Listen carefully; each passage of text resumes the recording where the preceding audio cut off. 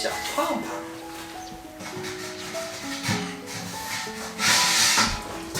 小胖仔。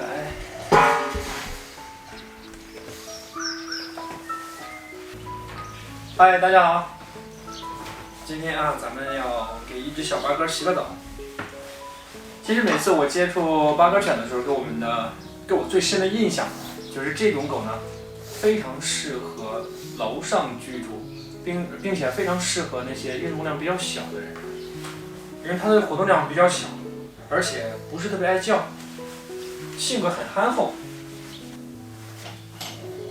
而且像八哥犬呢，它最适合家庭当中有孩子的，它的温顺程度非常的可观，就是这种性格嘛特别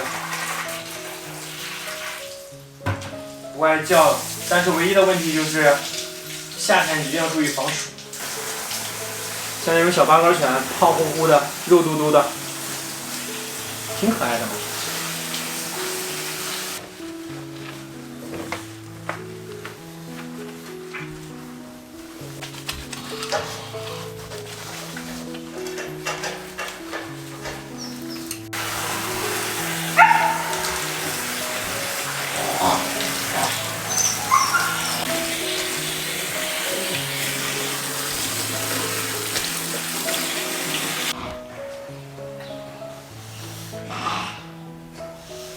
八哥犬还有一个问题就是身上有一定的体味儿，这个体味儿相对法斗来说要轻很多。咱们需要干嘛呢？就是给它清理耳道，然后鼻尖儿那个位置上的脏东西，